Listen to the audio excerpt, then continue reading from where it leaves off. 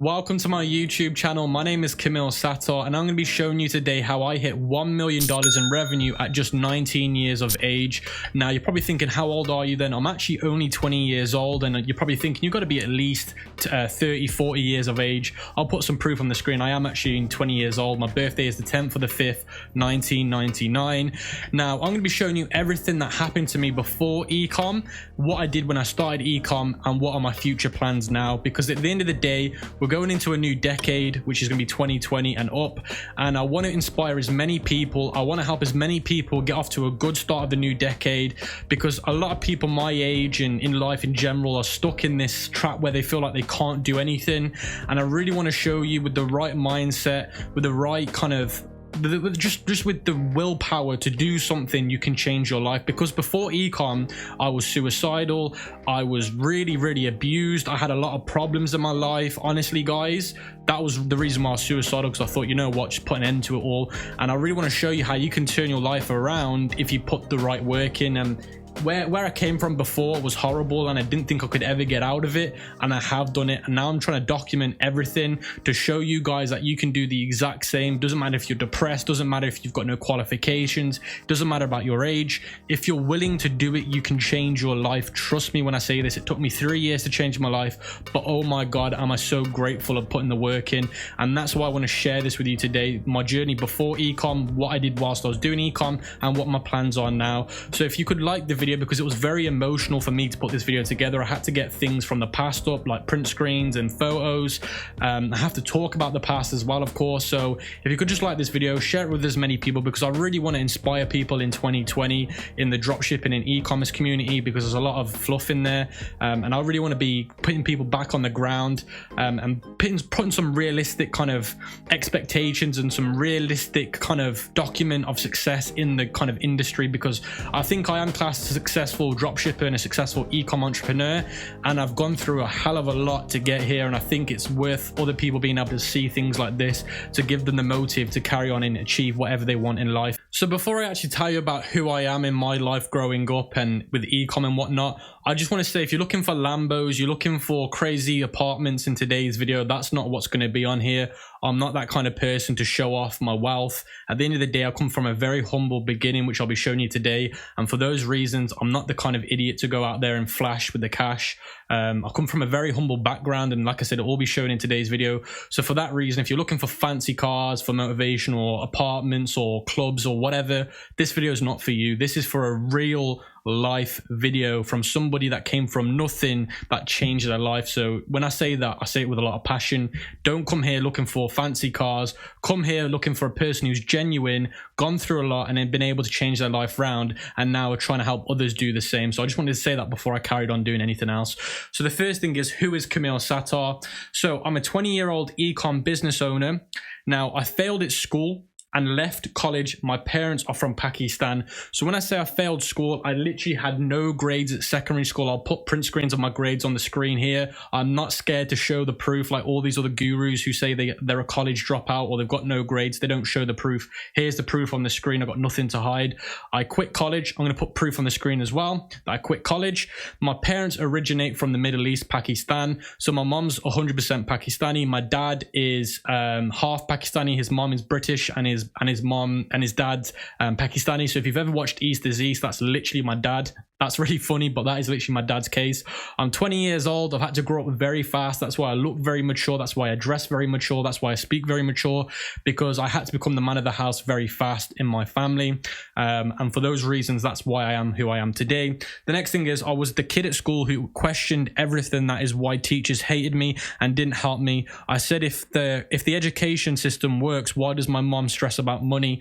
So I was that kid always at school that sat down and questioned everything the teacher asked me or told me to do. I always said, well, if it's that important, why does my mom not teach it me? Or why do I need to learn all these mathematical things if I've never seen it being used in the real life scenarios? And teachers would hate me for it, thought I was hard to work with, so they wouldn't help me. They would just think, he's the kid's hard to work with, so let's ignore him.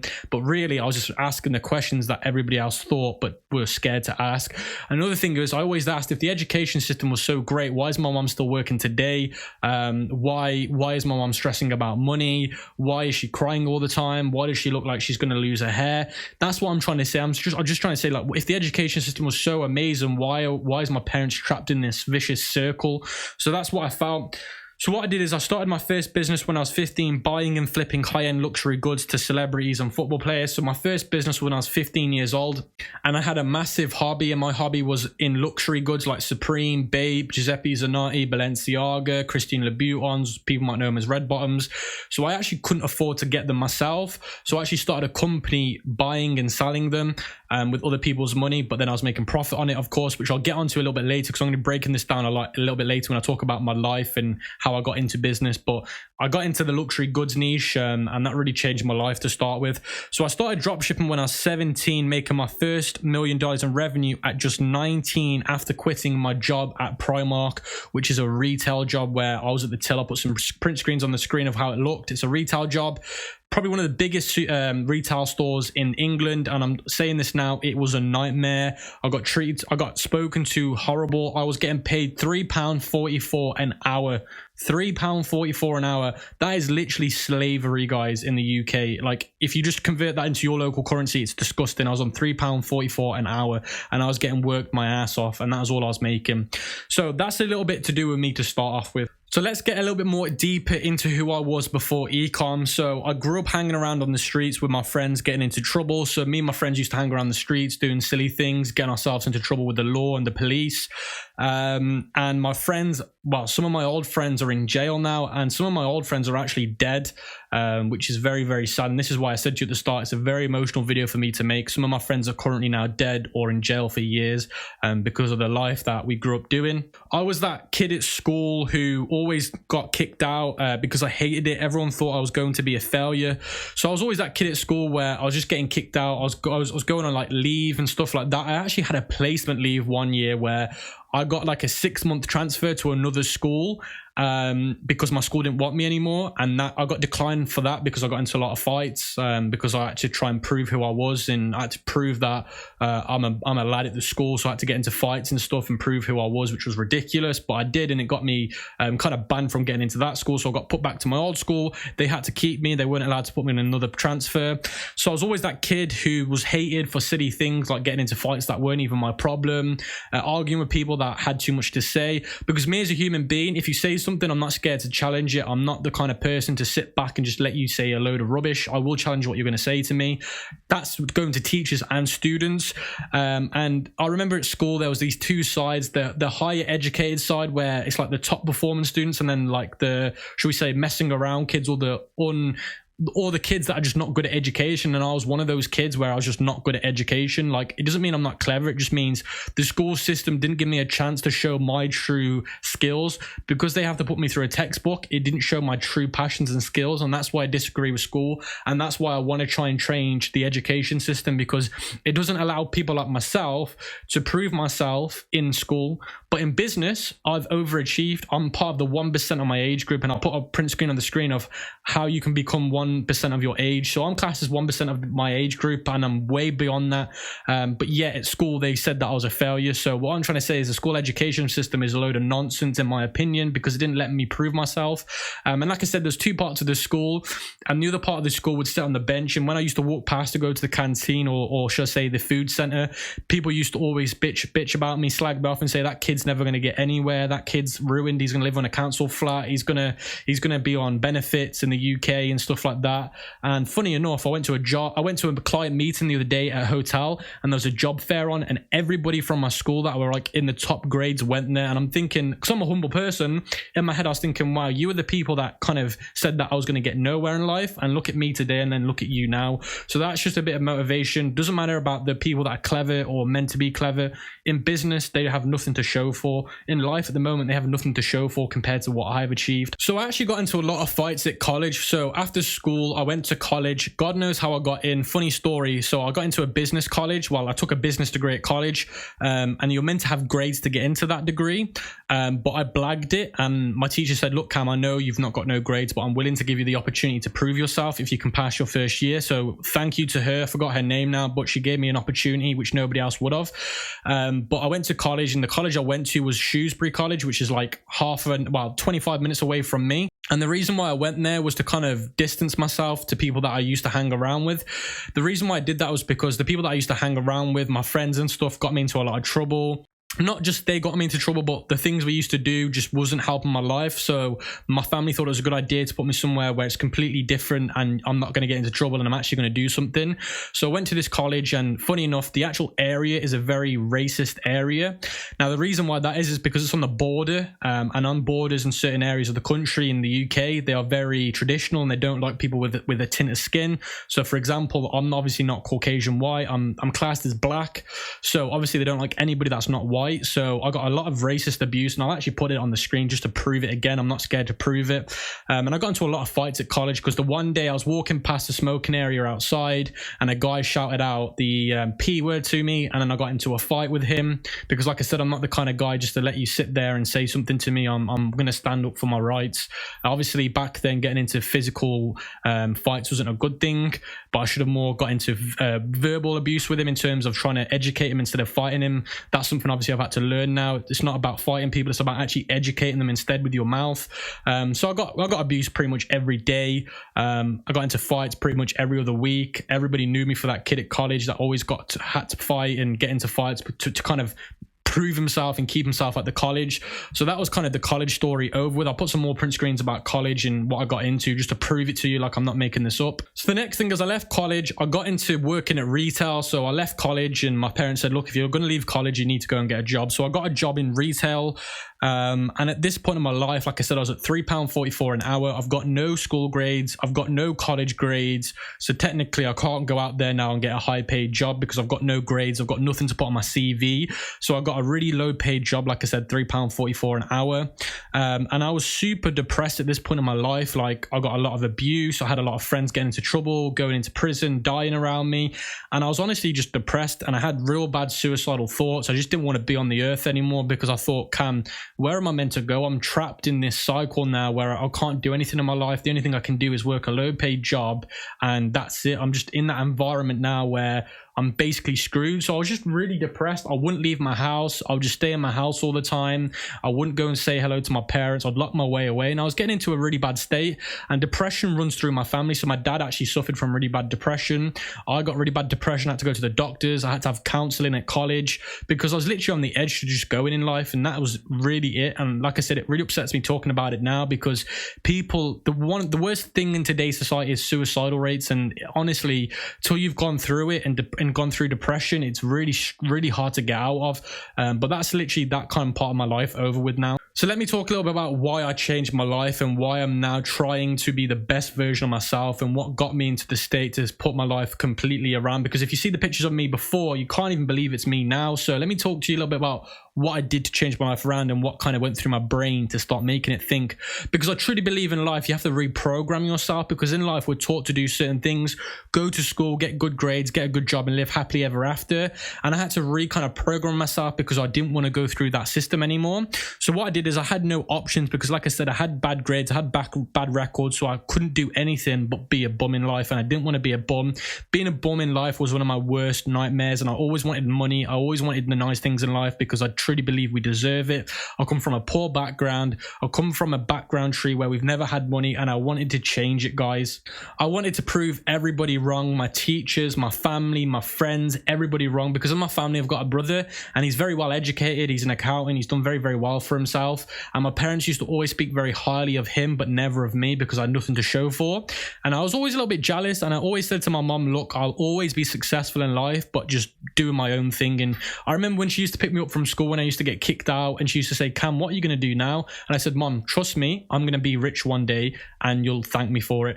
And she used to actually never believe me. She used to like smile when I said it, but she didn't actually believe me when I said it. But that's pretty much that. So the next thing is my family needed me more than anything because they were struggling financially. They were struggling with the mortgage. My mom lost her job because she had cancer and she was recovering from it. So we were really in a horrible position at one point in our lives, and I had to do something. And that's what really urged me to change my life around. So the next point is I really wanted to change not just my life around, but my family tree around. So in terms of my generations to come, my kids, their grandkids, I wanted to change a whole family tree around. I wanted to show not just my family, but the community that I grew up in, that you don't need to do things in the wrong way to make money, or you don't need to do certain things to make money, or you don't need to do certain kind of things in your life to get into certain locations, like the shortcuts and whatnot.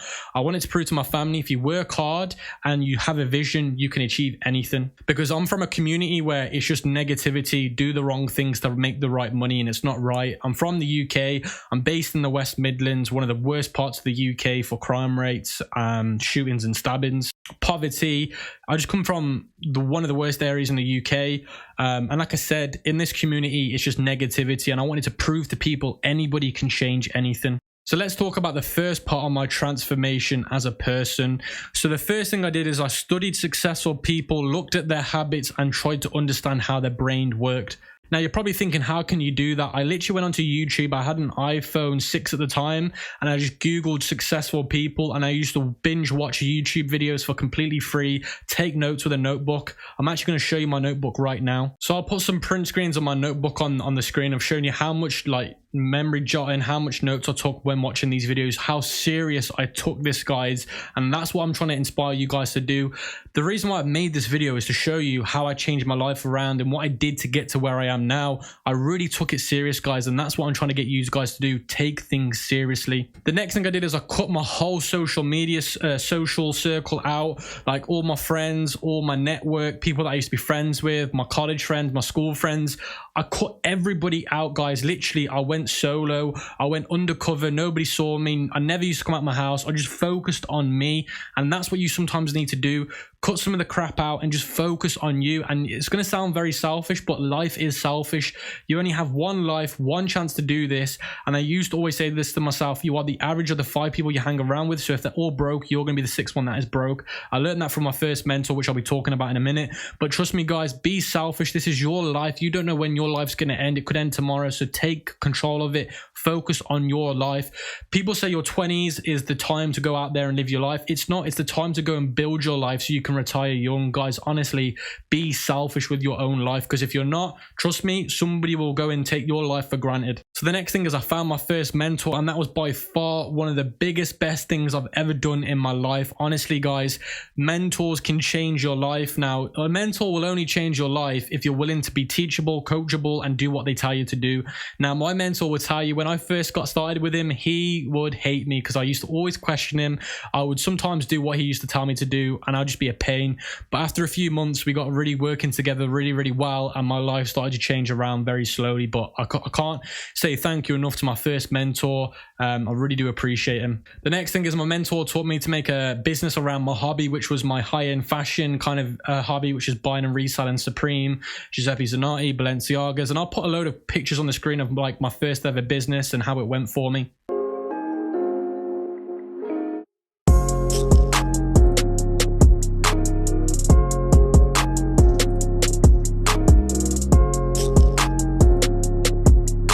So guys, let's talk now about my second part of my transformation as a person. Now, this is one of the most important part of the video because it will tell you how I was able to achieve success at dropshipping at a decent time rate. Now, the first thing is I had to learn social media marketing for my high-end business using Instagram, Depop, and eBay, because if I wanted to sell anything, I need to get it advertised to people, and they were the 3 platforms that I was using.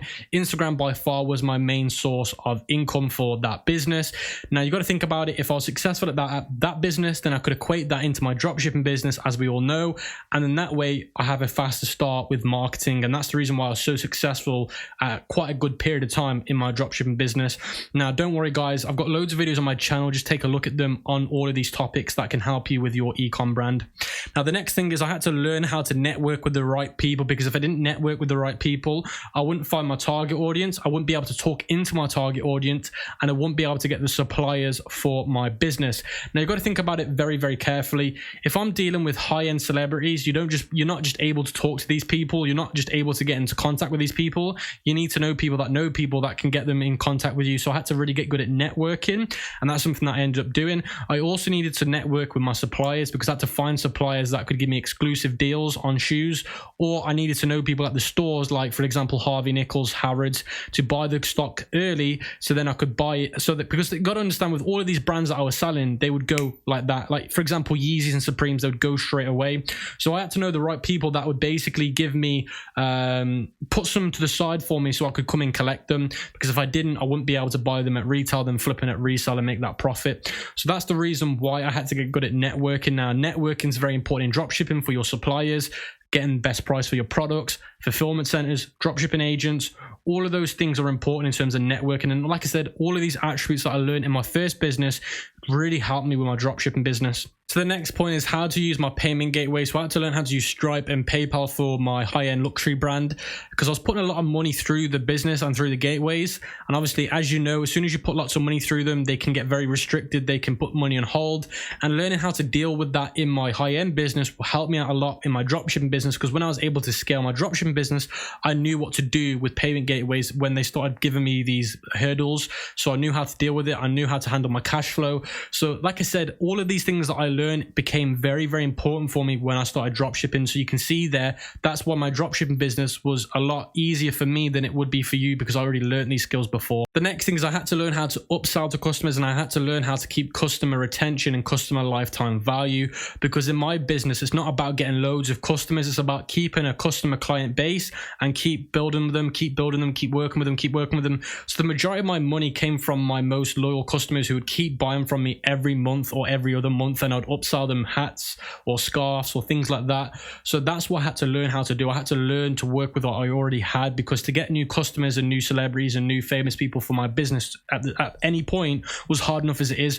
To maintain current customers and stuff was the easier option. So I had to learn how to do customer lifetime value and upsells.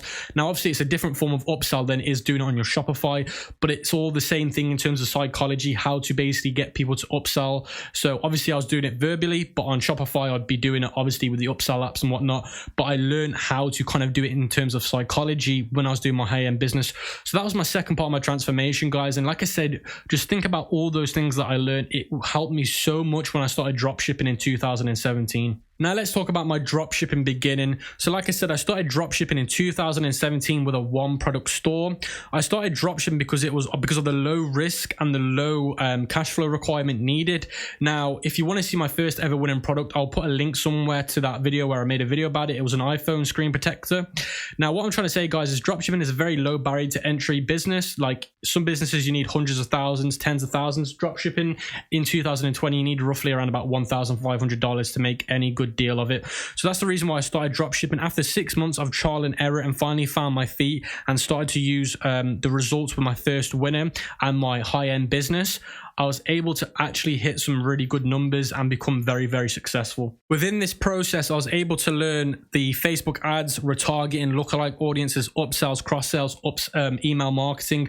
I was able to learn all of these things whilst I was doing trial and error. Whilst I scaled my first store, I learned all these very important contributions that would help me make $1 million with a store at just 19 years old. Now let's talk about my dropshipping success, being able to hit $1 million at just 19 years old within a year. So the first thing is I started a new one product store in the same niche as my first winner, which was the iPhone screen, because I had the pixel data for that customer base and that target audience. So then I could make a new store and just get on straight with lookalike audiences. I don't need to do any cold interest targeting, which uses a lot of your cash flow up and it eats into your profits. So I was able to do that. And like I said, I went straight into lookalike audiences because, like I said, the cost per result is going to be a lot cheaper than it is with cold interest. After 11 months of refinements and scaling, I hit $1 million in revenue. After I paid all my expenses, I was left with around about a 24% profit margin, net profit, guys. So I was left with around about $200,000, if I'm being very honest with you, or 225. I can't really remember off the top of my head, but it's roughly around those kind of numbers, which was a lot of money at just 19 years old. Now, the most important thing is, what did I do with that money when I made that money? So most gurus, if they made that kind of money, which we know some of them have, they would end up going out there buying these fancy cars, these fancy apartments, buying liabilities instead of assets. So the first thing that I did is I reinvested the money into more mentors and courses so I can 10x my results next time. So if I then go in, invest into more people that help me at the start, technically what I did last year, I could have done 10 times more if I keep investing into myself. So I invested into, like I said, more courses, more mentors. Now, of course, with the courses, I'm very disappointed with the amount of money I invested into them. I was very disappointed with all that money I spent. If I think about all the money I spent on courses, guys, honestly, it's crazy. And I was very disappointed with some of the quality of the content that was in those courses. So the next thing is I learned YouTube ads, Bing ads, Google ads, TikTok ads, new Facebook ad strategies, and updates. So I learned all of those things within those mentors and some of those courses. Now, if you know my channel already, you know I come out with the most greatest content in terms of the new trends like TikTok influencers. That was my latest video. Lots of other gurus have never talked about that before. I was literally the first ever one to do it. So that's what I'm trying to say. You can tell that I really highly invest into myself because I'm not a one-trick pony where I'm just talking about Facebook ads. And when I do talk about Facebook ads, I'll come out with unique content that works, guys. So that just proves that I really do invest in myself and my business. So that reason is because I can now dominate the new decade. No other guru, not many of them have the kind of knowledge I have. So I know I can completely wash out my competition when it comes to the 2020 decade. So let's talk a little bit about what are my future plans now, where I currently am. So the first thing is I want to build and grow new e-com brands with my partners. So I've got a few business partners and also my partner, my actual relationship partner. She has her own fashion company and I want to help her build that and take it to the next level. The next thing is I want to help grow this YouTube channel to 100k subscribers. We're almost at 20k, so if you could subscribe to the channel, would be highly appreciated, because I truly believe my content is very unique, very, very good, very, very tactical and practical. And I do believe that my channel has got to be one of the best ones on YouTube for this kind of industry. And I really want to get it out there because I'm not trying to sell you a course. I don't try and sell courses. I just want to give you free value and change your life with it. I also want to grow my mentoring company. So I actually own e-commerce mentoring. It's a mentoring company where you get a one-on-one mentor that teaches you one-to-one. Now, the mentoring side of e-com and dropshipping is really bad. The current mentors in the industry are horrendous. My company get a lot of people from other mentors come to us and say, look, that mentor was horrible. We want you to teach us. So in terms of the mentoring industry for this industry, dropshipping and e-com is very bad. There's no real mentors. And I truly believe our company, e-commerce mentoring, is the only company that offers real life mentoring. And I know that for a fact. I want to do more public speaking events. And like I said, a lot of the public speaking events that I've done in the past are completely free. I've got another public speaking event in Frankfurt, Germany on the 6th or the 7th of May for completely free. So make sure you go and attend that if you're in Germany. And then I also want to work with more international clients. So I do work with a lot of London businesses, but I also want to work with a lot of international companies like New York, Singapore, Dubai. I want to work with loads of companies worldwide. And that's my ambitions in the new year and the new decade. So guys, that was my story. That was my life before e-com. That's my life now. And I hope you appreciated me really kind of going out of my way to tell you who I am. And I hope now you kind of understand who I am, my intentions, why I'm so humble and why I don't show off and why I am so knowledgeable in the industry. If you've got the right intentions, if you're willing to do the work, you can honestly change your life around like I did after 3 years of hard work. And like I said, I hope this video really does motivate you to go out there and crush your dreams and ambitions. If I, from my background, can come into this and change my life around through all the adversity I went through all the problems that I went through and still be successful at the end of it, you can too. And I hope I've really motivated at least one person to be able to do the same. And like I said, guys, trust me when I say this, I really do mean this. You can change your life if you put the work in and you stay true to yourself.